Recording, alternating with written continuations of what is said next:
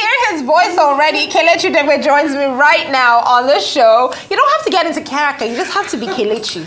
Yeah, I'm Kelechi. Yeah. I'm Kelechi right now, We were just talking about, festivals, and I was just saying that, Yes. I mean, where are you from? What state are you from? I'm from Imo State. Okay, so talk to me. Government, yes. Are there festivals where you're from? Yeah, we have our own festivals, like New Year festivals. Not really this elaborate festival just happened, but we have New Year festivals, we have events, different things that happen in our place. Yeah, and I think for me, like I was saying earlier, I attended a festival a couple of months ago in Abia State, and it was just incredible. I couldn't believe how happy the people were. And I just said to myself, imagine if every single person, because the festival that I went for in Abia State, you won't believe it, it was one man who said to himself, you know what, I'm going to revive this festival. And he single-handedly just revived the festival in his hometown.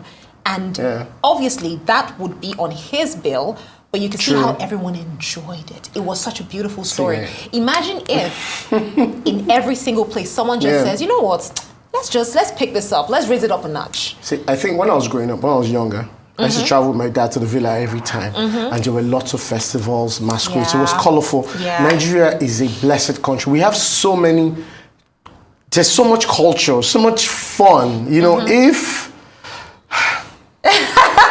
Nigerians are happy people. Yeah, honestly, we are happy people. We like to have fun. We like to express our culture and all. So if things. If and only if. Yes, true. I mean, but do you consider yourself? I mean, everyone watches you in films, and can I be honest with you? Has anyone ever told you that you give Yoruba vibes in your films? I'm not the only one. Have you ever gotten that before? I get it. A lot of people don't know. When I say my name is Kelechi, they're like, yes. You're Igbo? Yes. The thing is, I was born in Lagos. I grew up in Lagos. I don't drink water. I don't do what to I'm your Lord. So a lot of people think I'm Yoruba, which is good for me because. What did you just do? When I was younger, I used to get away from a lot of, I was stubborn then, so I used to be out in the night a lot, and I used to get away from stuff just because I identify.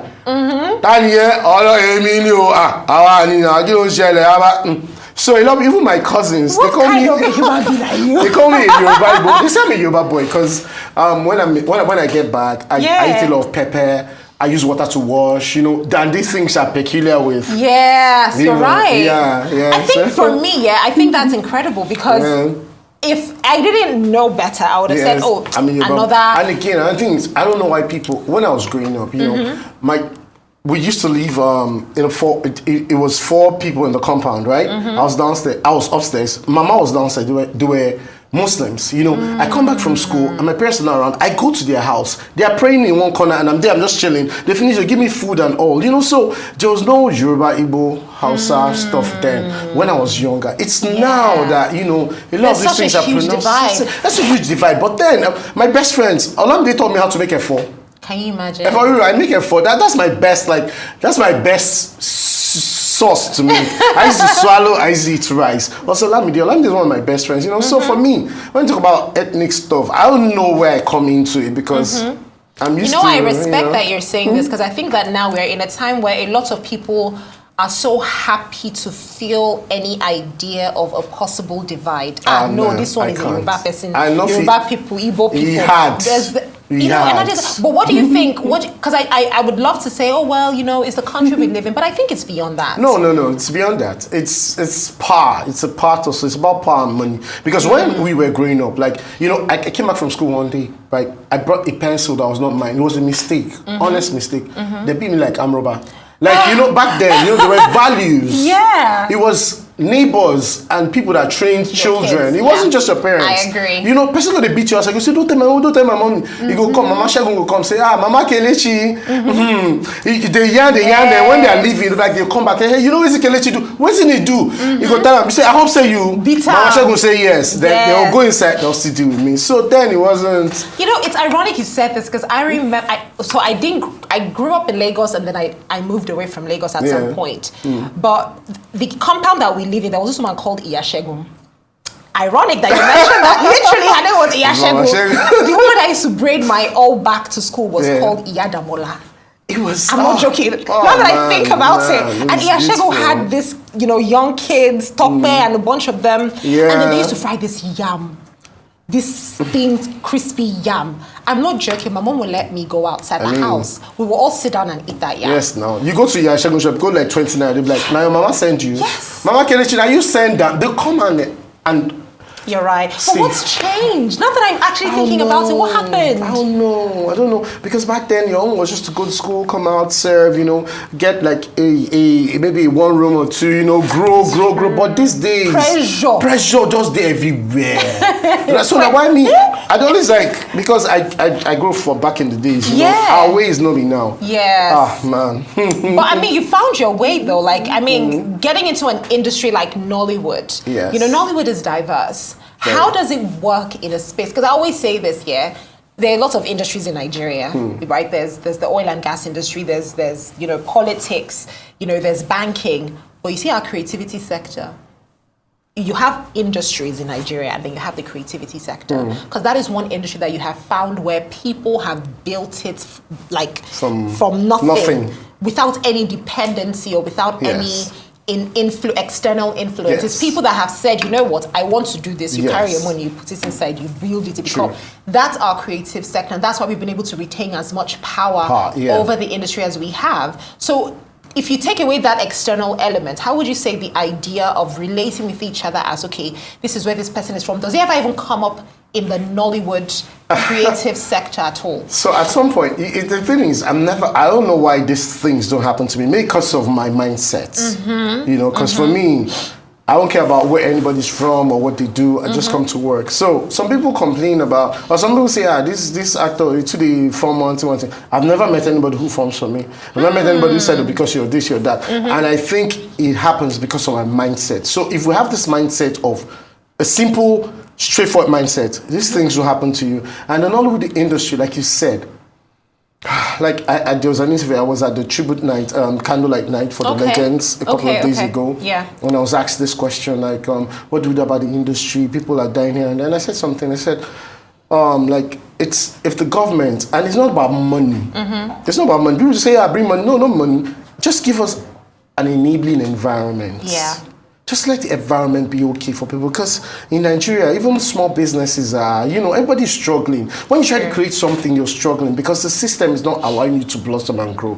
So if they give an enabling environment, and look at Hollywood, look at Bollywood, look at the Chinese and all, but there's revenue coming in for the government. Yes, from the industry. From the industry. And it's not like they're putting too much money into it, but they're giving them the enabling environment for them to thrive, and that's all we need. Just the enabling environment, that's all we need. Well, you're quiet, Sha, because for someone who was part of the team that put together what I would say, a movie that shook our industry. That movie is weird. Can I tell you why Mami Water is weird? Right. Mami Water is weird because it's the most... It's a silent film that did not make a lot of noise, but made a lot of noise. I like that. Do you get my point? I like that. It didn't make a lot of noise. Don't leave me. It didn't make a lot of noise, but it was loud. Loud, yes. Like when I say this movie was loud, it was like the gift that keeps, it's everywhere you turn. Yeah. And it was loud in the sense that it was not even intentional effort. People spotted this film in Europe. People spotted this film in America. Sure. Different film industries spotted this film and they were like, what is this movie? So I want to understand, what is inside Mami Water? What is inside the film? What happened there? So I'd say, I think it was from conception, because the director himself had this vision. He was at the beach, CJ Obasi was at the beach, and he saw a figure, walking towards him. Wow. And then he saw another figure walking towards the water, So then he was trying to see, to put the relationship between these two people. And that's where the movie was conceived from. So it was a movie that was conceived naturally. It was a natural sequence of events, And then we tried to make the movie feel African, not just Nigerian. Okay. We tried to tell our story. We tried to say Africa is we're not always jumping from tree to tree. We're not asking for money every time. We have beautiful, it's true. Yeah. Because most times when you get funds from Ghana, they look at Africa like somehow, no, but we have great culture. We have respect, we have self-respect. So Mami Water is a story that talks about the African culture and still talks about the old and the new. Because back in the days, before Christianity came, we had what we used to Believe in. You understand? But because of the advent of Christianity, a lot of people like, but so now, even if the new comes, you can't just completely wash away the old. Absolutely. So we can find a way to put the new and the old together. So it doesn't seem like, because, okay, our forefathers, then where they go? Is it that they're not good? Where we go put them? No, we put them, because for me, like, it's just like religion, So now you say, oh, Christian, this, Muslim, that. There are some very great Muslim guys that I have met that have done it. They are great guys. Like, there's so many Christian people that are great. And still, in this religion, there are so many people who are... Yeah. I just don't know, so for me, I don't judge you by what you do or where you're from, what you believe in. It's by what are you doing to help the next man and make the next man a better person.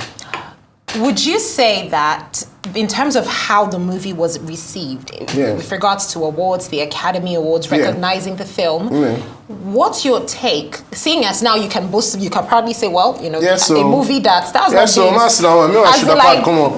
it come up proudly. This is a movie that was academically recognized. And it's not even.